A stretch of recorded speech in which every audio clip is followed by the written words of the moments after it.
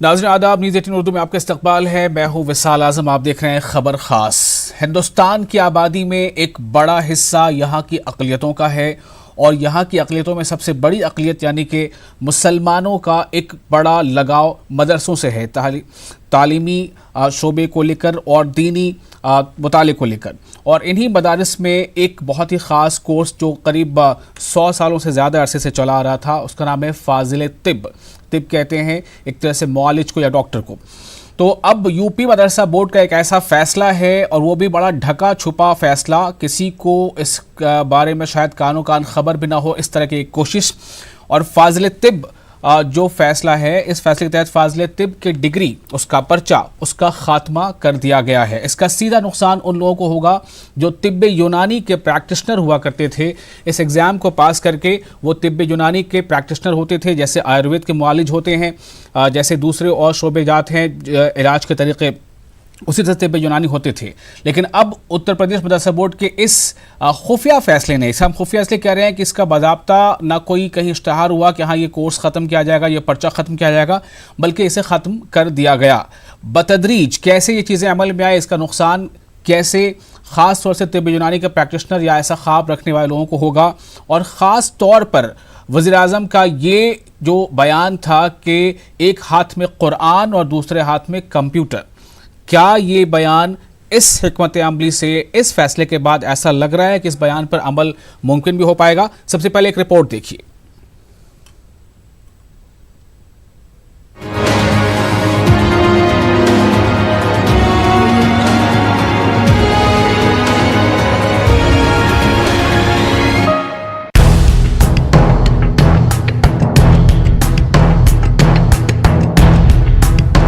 उत्तर प्रदेश मदरसा board ने बड़ी खामोशी के साथ अपने इम्तिहान से फ़ाज़िल तिब का पर्चा खत्म कर दिया है। यूपी बोर्ड का जो नया निसाब तरतीब दिया गया था, उसमें फ़ाज़िल तिब को रोजगार से जोड़ने के लिए कई तजवीज़ें पेश की गई थी। मदारिस से कहा गया था कि फ़ाज़िल तिब में दाखिला लेने वाले तलबा के लिए दीनी मदारिस में एक दवाखाना कायम करें और मरीजों के इलाज के लिए 10 बेड पर मुश्तमिल एक वार्ड भी कायम किया जाए। हुकूमत ने इमदाद याफ्ता दीनी मदारिस को मतलूबा सहूलियात देने के बजाय फ़ाज़िल तिब की पूरी डिग्री का ही खात्मा कर दिया। जो नया सिलेबस जब बनाया था हमदर्द यूनिवर्सिटी के अंडर में डॉक्टर यहिया अंजुम ने बनाया था, उसी वक्त से उन्होंने फ़ाज़िल तिब को ये कह करके ख़त्म, टोटल ख़त्म नहीं किया, उन्होंने ये कह किया कि फ़ाज़िल तिब उन्हीं मदरसों में पढ़ाया जाएगा जो कम से कम 10 बेड का हॉस्पिटल बना सकें, तो उनको फ़ाज़िल तिब पढ़ाने की परमिशन दी जाएगी। तो वैसी कुछ ना कोई मदरसे वाला कर पाया और ना कर चाहे, इसलिए एक तरह से वो ख़त्म।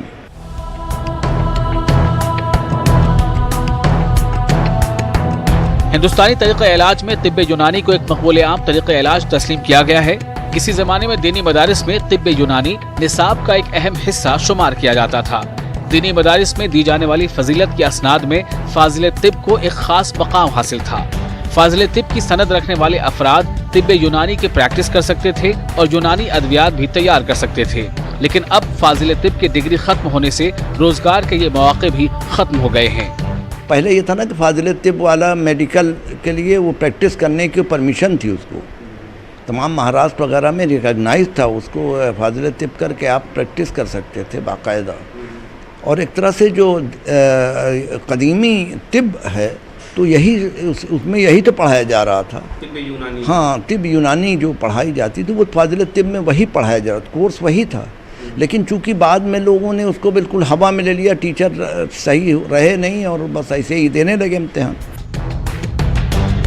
गर्चे मदरसा बोर्ड ने अपने निसाब में फ़ाज़िल तिब की डिग्री खत्म करके आलिम और कामिल के दर्जों में एक मजमून के तौर पर तिब को बाकी रखा है, ताहम इम्तिहान से तिब के पर्चों को हटा दिया गया है। मदरसा बोर्ड ने फ़ाज़िल तिब की सनद को खत्म करने से पहले न तो मदारिस के जिम्मेदारान से कोई मशवरा किया और न ही इस अहम फैसले का ऐलान किया। न्यूज़ 18 उर्दू के लिए इलाहाबाद से मुश्ताक आमिर की रिपोर्ट। तो आपने रिपोर्ट देखी और जैसा मैंने पहले कहा था, वज़ीर आज़म को वो बयान कि एक हाथ में कुरान और एक हाथ में कंप्यूटर, क्या ऐसा लग रहा है आपको कि इस तरह के इक़दाम से, इस तरह के बयान पर अमल हो पाएगा? क्या ऐसा नहीं लग रहा कि वज़ीर आज़म के विजन को सीधे तौर पर मदरसा बोर्ड के इस खुफिया तौर की इस हिकमत अमली ने, इस फैसले ने बिल्कुल उसे सबोताज करने की कोशिश की है?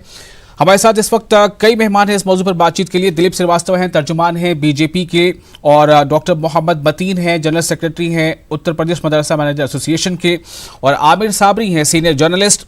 साथ ही हमारे साथ जुड़ रहे हैं मेरठ से शम्स कादरी, जो जिला सदर मदरसा टीचर्स एसोसिएशन हैं, और फोन पर हमारे साथ जुड़ रहे हैं आजम हामिद, जिनका बयान अभी आप सुन भी रहे थे। मैं सबसे पहले रुख करूंगा मेरठ, अपने तमाम वन का इस्तकबाल करते हुए। शम्स कादरी साहब, आपके पास में आ रहा हूं। ये फाजिल तिब क्या है? आसान अल्फाज में इसे समझाएं, ये कब से चला आ रहा था और इसकी मौजूदा सूरत हाल क्या है? शम्स कादरी। जी सर, ये जो है भारतीय चिकित्सा अधिनियम 1970 में फाजिल तिब को BOMS के बराबर समझा गया था जी। और ये 1936 से लेके 1982 तक जो है फाजिल तिब का रजिस्ट्रेशन होता था और बाकायदा प्रैक्टिस करते थे हकीम लोग और इलाज करते थे।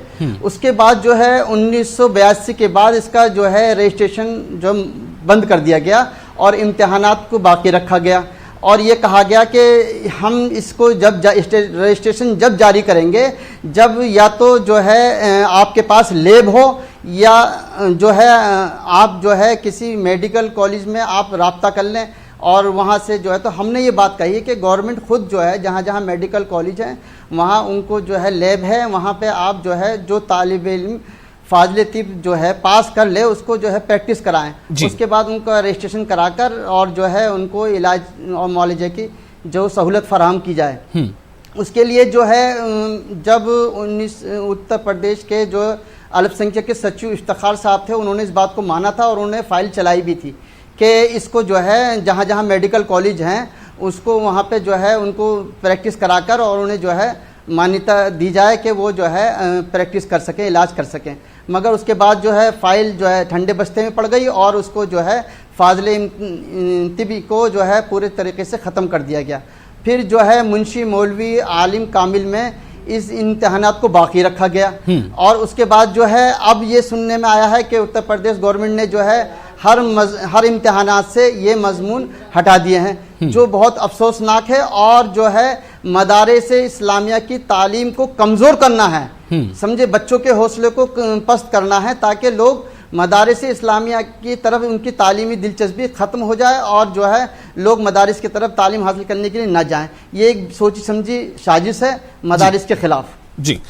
आजम हामिद साहब हैं, जिनका भी आपने बयान कुछ देर पहले रिपोर्ट में सुना था, जनरल सेक्रेटरी हैं टीचर्स एसोसिएशन मदारिस अरबिया के। आजम हामिद साहब हमारे साथ फोन लाइन पर जुड़े हुए हैं। आजम हामिद साहब, इसका असर किस पर खास तौर से पड़ेगा? कैसे हम ये माने या हमारे नाज़रीन को हम ये बता पाएं कि दरअसल ये बहुत घाटे का सौदा है और मदरसों में जो लोग भी फाजिल तिब करना चाहते थे उनको इसका किस तरह का नुकसान आइंदा उठाना पड़ेगा?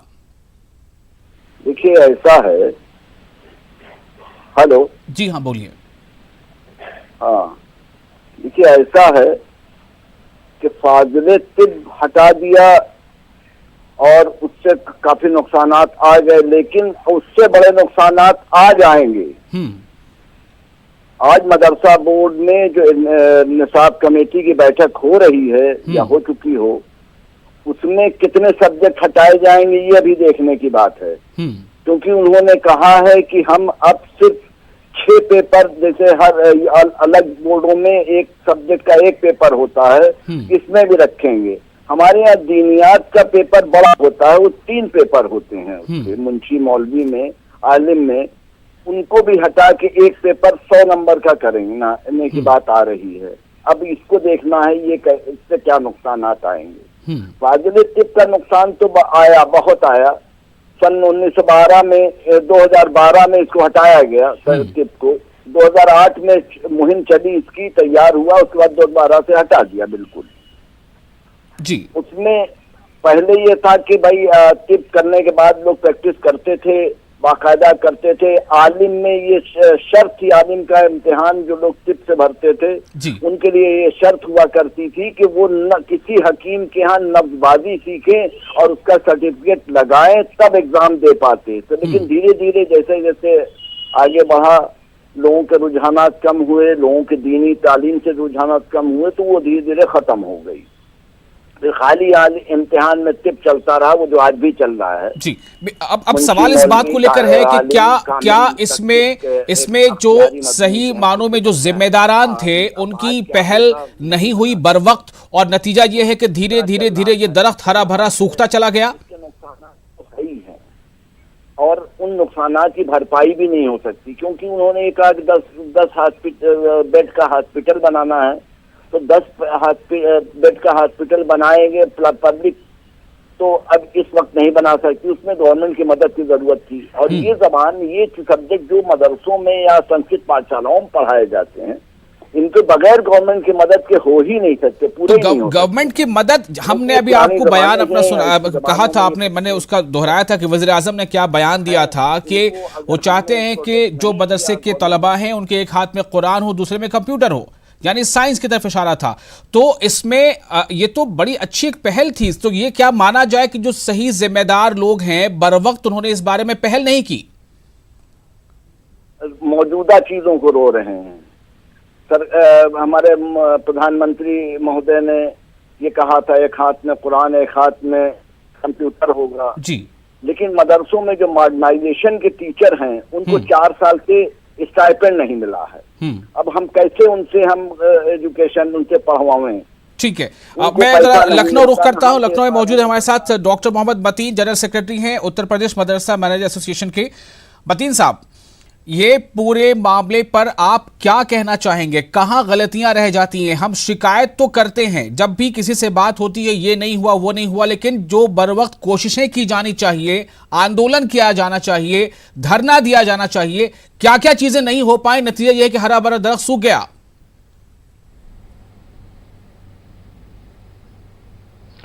देखिए, ये तो वही है कि जो सारे के सारे, अभी चाहे याली हुकूमत हो या इससे पहले की हुकूमतें हों, उन्होंने तो बाकायदा मदारिस अरबिया क्या मुसलमानों को खत्म करने का एक प्लान बाकायदा कर रखा है। वो तो अभी सिर्फ इस पे मरकूज रहिए, ये जो कोर्स है फाजिल तिब, इस पे मरकूज रहिए प्लीज। हाँ, मैं उसी पे रहूंगा। आज देखिए फाजिल तिब का जो मामला है, अभी बहुत तफसील से हमारे शम्स कादरी साहब ने, आजम साहब ने बहुत तफसील बताई है। फाजिल तिब को क्या इक्विवेलेंट टू बीयूएमएस, जैसे उन्होंने बताया कि बीयूएमएस या जो बीएएमएस होता है, बीएचएमएस होता है, एमबीबीएस होता है, उसी इक्विवेलेंट पर ये डिग्री है या हुआ करती थी? लखनऊ के अंदर जी, लखनऊ, मैं खुद फाजिल तिब हूँ। लखनऊ के अंदर बहुत से लोग प्रैक्टिस कर रहे हैं बाकायदा फाजिल तिब करके। तो वो सारे के सारे हालात को बिल्कुल बिगाड़ के रख दिया गया है। और ये एक बहुत बड़ी साजिश है कि आज जिस अंदाज में मदरसा बोर्ड का जो चेयरमैन आज नहीं है और मीटिंग चल रही है, ये एक बहुत बड़ा अलमिया है। हुकूमत जहां सबका साथ सबका विश्वास की बात करती है, कहां पर विश्वास है? कहां पर साइंस टीचर हैं? जब एक हाथ में लैपटॉप एक हाथ में कुरान की बात होती है, तो 4 साल से टीचर्स जो है तनख्वाहें नहीं मिल रही हैं। कहां पर सबका विश्वास की बात है? आज मदरसों को जांच के नाम पर सारे मदरसों को जो है बिल्कुल टारगेट किया गया। साफ शिक्षा विभाग की जांच होगी और मदरसा परिषद तहसीलदार की जांच होगी, डीएम की जांच होगी, मदरसा बोर्ड की जांच होगी। सारी जांचें हो गई मगर तनख्वाहें नहीं आ रही। पोर्टल पे करा लो, वो भी करा लिया। सब कुछ कराने के बाद भी आज तक तनख्वाहें नहीं आई। फिर हालात कहां पर कैसे हैं, किस अंदाज में टीचर्स चल रहे हैं, क्या खाएंगे, क्या रहेंगे, क्या पढ़ेंगे, कोई सिस्टम ही नहीं है सरकार के पास। मतीन साहब, फिर से मैं आपके पास एक सवाल लेके आ रहा हूं कि आपने बताया आप खुद फाजिल तिब हैं। फाजिल तिब का क्या मतलब हुआ? आम जुबान में क्या समझा जाए? आप फाजिल तिब कैसे हो गए? अब कोई फाजिल तिब क्यों नहीं हो सकता? प्लीज जी। भाई, ये जैसा कि पहले था कि सारे मदरसों को बाकायदा एक टारगेट किया गया था, और टारगेट करने में पहले हमारे जो आज कहा जा रहा है कि मदरसे मेन स्ट्रीम से हटे हुए हैं, मदरसे ही तो मेन स्ट्रीम में थे। वहां पर जब मेडिकल की पढ़ाई हो रही थी, वहां पर हिकमत की पढ़ाई हो रही थी, वहां पर नब्बाजी की पढ़ाई हो रही थी, वहां पर क्या उनको बच्चों को मेडिसिन दी जाए, ये सारी पढ़ाइयां हो रही थी। ऐसा नहीं है कि कोई उसको अब एक डंडा चलाया गया कि साहब वो इसके जरिए से लोग प्रैक्टिस कर रहे हैं, खिदमत कर रहे हैं, तो लिहाजा इसको भी बंद किया जाए। उस साजिश के नतीजे में इसको बंद कर दिया गया। अब यह है कि उस वक्त हमारे लोगों को चाहिए था कि हम सड़कों पे आकर के इसका प्रोटेस्ट करते, मगर ये हुआ कि अभी नहीं आगे हो जाएगा, ये तो अंदाजा ही नहीं था कि बिल्कुल ये रेड एंड व्हाइट कर दिया गया है। ठीक है, आबिर साबरी साहब हैं, उनका थोड़ा रिएक्शन लेके, चूंकि वो इसको शायद समझ रहे होंगे, पे मैं सीधे दिलीप श्रीवास्तव साहब के पास बात करूंगा कि एक हाथ में कुरान, एक हाथ में कंप्यूटर या लैपटॉप कह लें, ये हमारे वजीर आजम नरेंद्र मोदी का ये स्टेटमेंट है, उनका ये विजन है। आखिर ये विजन धरातल पर आकर ये बिल्कुल खत्म कैसे होता जा रहा, जीरो कैसे होता जा रहा? आमिर साहब, सही साहब, सबसे पहले आपसे जानना चाहूंगा अब फिलहाल कि क्या सिचुएशन अभी है, क्या ये मान लिया जाए कि यहां से चैप्टर क्लोज है या कुछ उम्मीदें हैं?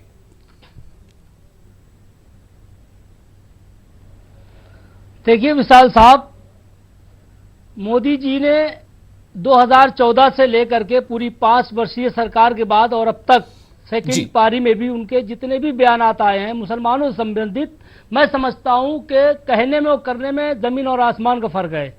आप देखिए, मोदी जी कहते कुछ हैं लेकिन उनके लोग उसके जस्ट अपोजिट बोलने लगते हैं। चाहे आप देख लीजिए कोई से भी बयानात हो, कोई भी मामला हो, अभी अब योगी जब उत्तर प्रदेश, चूंकि फाजिले तिब जो है एक मसला उत्तर प्रदेश से जुड़ा हुआ है, बड़ी बात यह है कि फाजिले तिब जहां तक मैं समझ रहा हूं कि ये मसावी बीओएमएस है, जो हकीमी एक डिग्री होती है, उसके मसावी समकक्ष है फाजिले तिब। अब चूंकि फाजिले तिब जो महकमा है उसने ये कहा था कि हमें बेड चाहिए है, इसलिए कि प्रैक्टिकली हम लोगों को समझा सके, इन लोगों को तिब जो काम कर रहे हैं, जो ये तिब सीख रहे हैं, उनको समझाया जा सके कि प्रैक्टिकल में, मतलब तो थ्योरी तो रहती थी लेकिन उन्हें प्रैक्टिकल के लिए इनसे बेड मांगे थे 10 कि 10 बेड का मुझे दे दिया जाए। इन्होंने उठा के ना रहेगा बांस ना बजेगी बांसुरी, पूरी डिग्री ही खत्म कर दी। ये बहुत ही अफसोसनाक और शर्मनाक है विशाल साहब, ये बजाय विकास के विनाश की तरफ जा रहे हैं, ये अफसोसनाक सूरत हाल है। ठीक है, आप देखिए, इन्होंने कहा था कि सबका साथ, सबका विकास, सबका विश्वास कहाँ है? एक तरफा ये सिर्फ इसलिए किया जा रहा है कि विकास की तो इनकी सोच दूर दूर तक नहीं दिखती है, चाहे उत्तर प्रदेश गवर्नमेंट हो चाहे सेंट्रल गवर्नमेंट हो, ये सिर्फ विनाश की तरफ है। और ये करके कि मुसलमानों के हम परेशान कर रहे हैं, ये अपनी हिंदू कौम को गुमराह कर रहे हैं, क्योंकि इन्होंने किसी हिंदुओं में नौकरियां दी नहीं, कोई विकास क्या किया है विशाल साहब? आप हंसेंगे, आपको हैरत होगी कि एनेक्सी की 1 फीट दीवार ऊंची कर दी है, विकास हो गया। सचिवालय की 1 फीट दीवार ऊंची कर दी है, विकास हो गया। और गवर्नर आमिर साहब थोड़ा सा अभी इस मौजू पे बने रहते हैं। शम्स कादरी साहब, मैं आपके पास सिर्फ ये आप इशारा कर रहे हैं, मैं आपके पास आ रहा हूं सिर्फ ये जानने के लिए कि आगे चाहिए क्या किया जा सकता है, ताकि अभी दिलीप श्रीवास्तव जी से हम उसका जवाब ले सकें कि इनकी क्या कोशिश हो सकती है, ये किस तरह से पहल कर सकते हैं अपनी हुकूमत से इसे बनवाने में। शम्स कादरी साहब, क्या चाहिए आगे? सर, मेरा ये कहना है कि गवर्नमेंट को इसको ख़त्म करने के बजाय इंतजामात करने चाहिए। मतलब मदारिस के अंदर बेहतरीन यूनानी टीचर की तकर्री होनी चाहिए और मदारिस को यूनानी तिब्बिया कॉलेज से इल्हाक करना चाहिए। इम्तिहानात उसके जरिए कराने चाहिए। इसको ख़त्म बिल्कुल ना करके बल्कि इसके बेहतर से बेहतर इंतजामात करने चाहिए। और अगर ये गवर्नमेंट इंतजामात नहीं करती है तो मैं ये कह सकता हूँ कि हमारी उत्तर प्रदेश सरकार या पूरी जो है प्रधानमंत्री जो है मदारिस के सिलसिले में संजीदा नहीं है, बल्कि इसका मेयार ठीक है कि नहीं, बात की बात है। दिलीप श्रीवास्तव जी, मैं आपके पास देर से इसलिए आ रहा हूं ताकि आप सबकी बात सुनकर ये अच्छे से समझ जाए कि ये फाजिले तिब है क्या। फाजिले तिब यानी it is equivalent to BUMS या BAMS, जो पुरानी पद्धति है इलाज की। अब आप समझ गए होंगे। मैं ये जानना चाह रहा हूं कि क्या कोई रास्ता है कि आगे चीजें बेहतर हो जाएं? दिलीप श्रीवास्तव।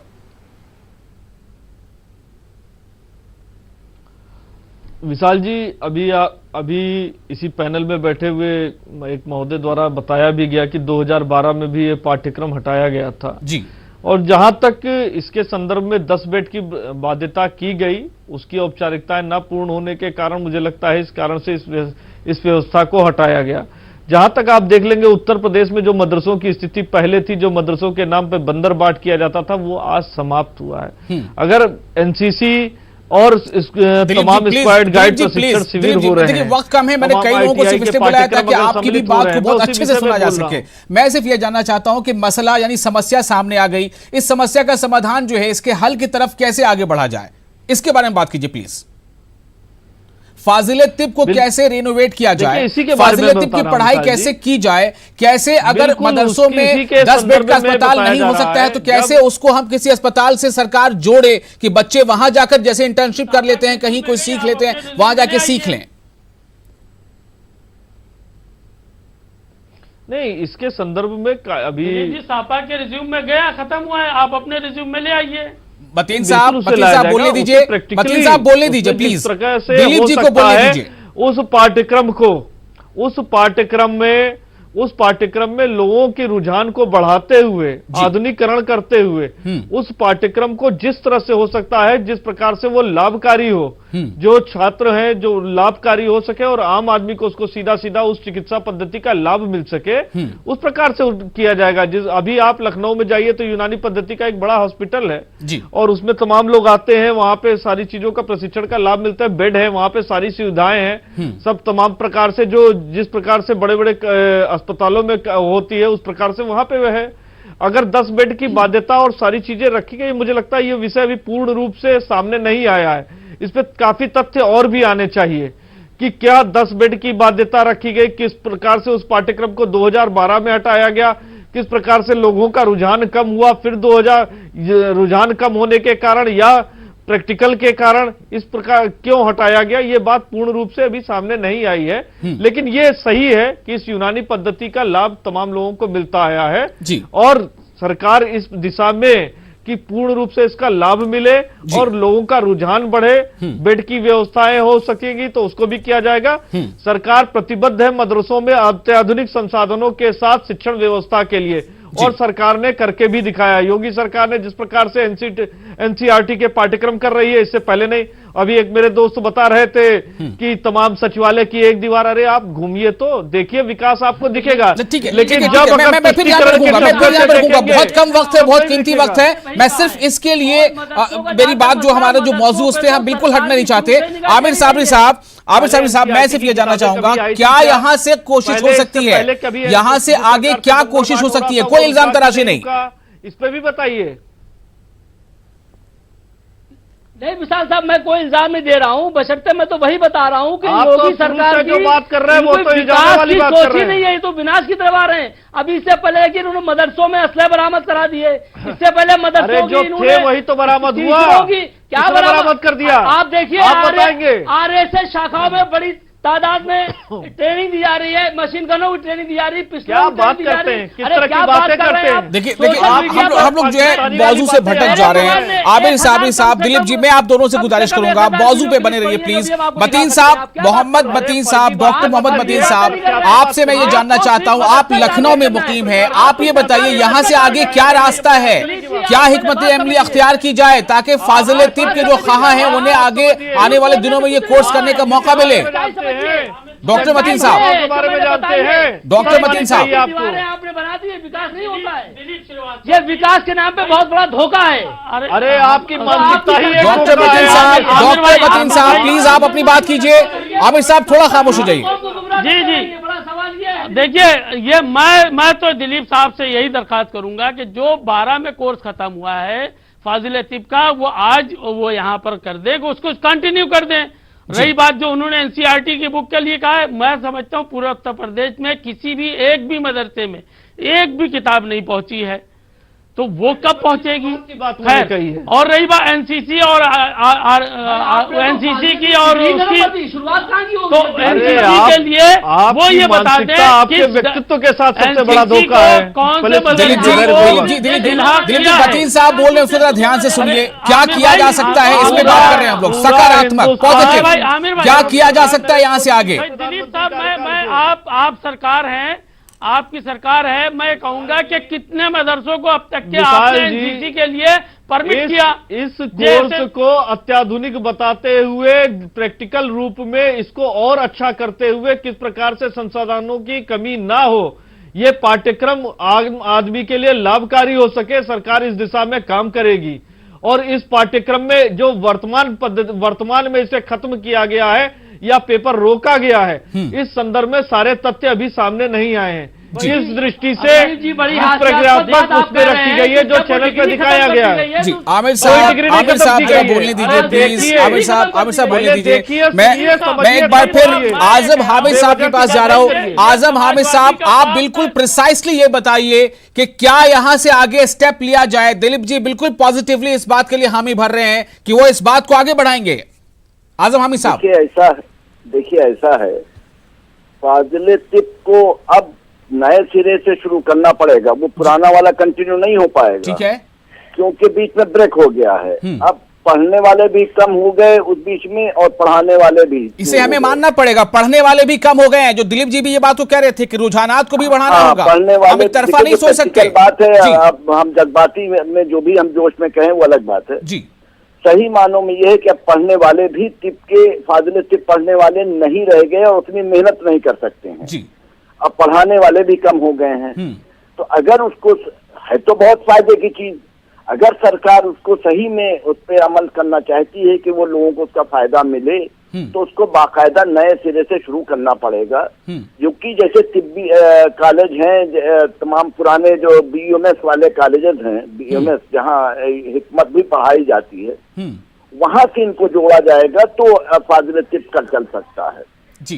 तो क्या मतीन साहब, क्या इस बारे में एक प्रपोजल तैयार किया जा सकता है? मतीन साहब, क्या एक प्रपोजल तैयार किया जा सकता है? मदरसे से जुड़े लोग और इस शोबे से जुड़े लोग मिलकर एक प्रपोजल तैयार करके सरकार के सामने रख सकते हैं। दिलीप जी का साथ मिलेगा आपको? जी आजम साहब, मैं तो कहूंगा कि पहले सबसे पहला काम करा जाए कि मदरसा बोर्ड का चेयरमैन बनाया जाए, उसकी कमेटी को रिन्यू किया जाए जी। और कमेटी को रिन्यू करके फिर कमेटी जिम्मेदारी हो जाएगी कि वो उसका जो है प्रपोजल बना करके सरकार को दे। जैसे कि दिलीप साहब कह रहे हैं, इस काम को जल्द से जल्द इंप्लीमेंट करा दे। अभी जो आने वाले जो वक्त में है, दिलीप जी मदरसा बोर्ड का चेयरमैन नहीं है, इसमें क्यों ताखिर हो रही है? क्या है इसमें रुकावट? जल्दी मदरसा बोर्ड का चेयरमैन होगा आपके सामने। और जिस प्रकार से अभी विशाल जी ये बातें आई सामने कि रुझान भी कम हुआ है जी, और पढ़ाने वालों की भी कमी है जी, इन सब चीजों को देखना चाहिए। और जो रुझान अगर कम हुआ है, जब विद्यार्थी कम है, तनख्वाह नहीं दी है दिलीप साहब, उस पर भी आ रहे हैं, उस पर भी आ रहे हैं। देखिए जितनी गंदगी थी आज काफी हद तक दूर हुई है, और उस गंदगी दूर होने के कारण जो बंदरबाट मदरसों में थी वो समाप्त हुआ है। आज पहले होती थी कि नहीं होती थी, आप बता दीजिए। आपके सामने अभी आप ही ने कबूल किया कि जो सपा की गवर्नमेंट में होता था, आज सब आपने बताया। फिर हम लोग इल्जाम तराशों में चले गए, फिर इल्जाम तराशों में चले गए। शम्स कादिर साहब कुछ कहना चाह रहे हैं? जानकारी दे रहे हैं शम्स कादिर साहब, आपकी किस प्रकार की जानकारी है? आप बता रहे हैं मशीन गन सिखाई जाती है संघ की शाखा में, ये आपकी जानकारी है? साहब जल्दी से कुछ बोल दीजिए, वक्त कम है। ये अनर्गल बातें आप बता रहे हैं। आपकी मानसिकता, आप जैसे लोगों की कट्टरपंथी जो है तलाक का विरोध करती है, आप जैसे कट्टरपंथी जो है कुरान की गलत व्याख्या करती है पूरे कौम। दिलीप जी आप यहाँ पर नुमाइंदगी कर रहे हैं एक ऐसी पार्टी की जो बरसरे इख्तिदार है। दिलीप जी ध्यान से सुनिएगा, और वो बरसरे इख्तिदार जो हुकूमत है वो पूरे उत्तर प्रदेश के लोगों के लिए हुकूमत है। कोई कुछ कहे, आप इस बारे में पॉजिटिव रहिए कि अगर चेयरमैन की तैनाती हो जाती है, उनकी तकर्री हो जाती है, कोई प्रपोजल आता है, तो उसमें आप अपना साथ देंगे? दिलीप जी आप अपना साथ देंगे इसमें? चंदा देती है, उसके पैसों से कैसे चलता है? मैं ये कहना चाह रहा हूं हो रहा है, तो लिहाजा उनके टीचरों की तनख्वाहों का आप जल्द से जल्द कर दें। ठीक है, चलिए वक्त की कमी है, बहुत बहुत शुक्रिया आप तमाम लोगों का। वक्त की कमी है, मदरसा बोर्ड का चेयरमैन नहीं है, सबसे बड़ी बात सामने आई। जब चेयरमैन नहीं है तो बहुत सारी चीजें जो है वो कमेटी की शक्ल में सामने नहीं आ पा रही हैं और प्रपोजल सामने नहीं आ पा रहा है। उम्मीद करनी चाहिए कि दिलीप जी ने जो यकीन दिलाया है इस बारे में जल्द कुछ खास पहल होगी। बहुत बहुत शुक्रिया, आदाब।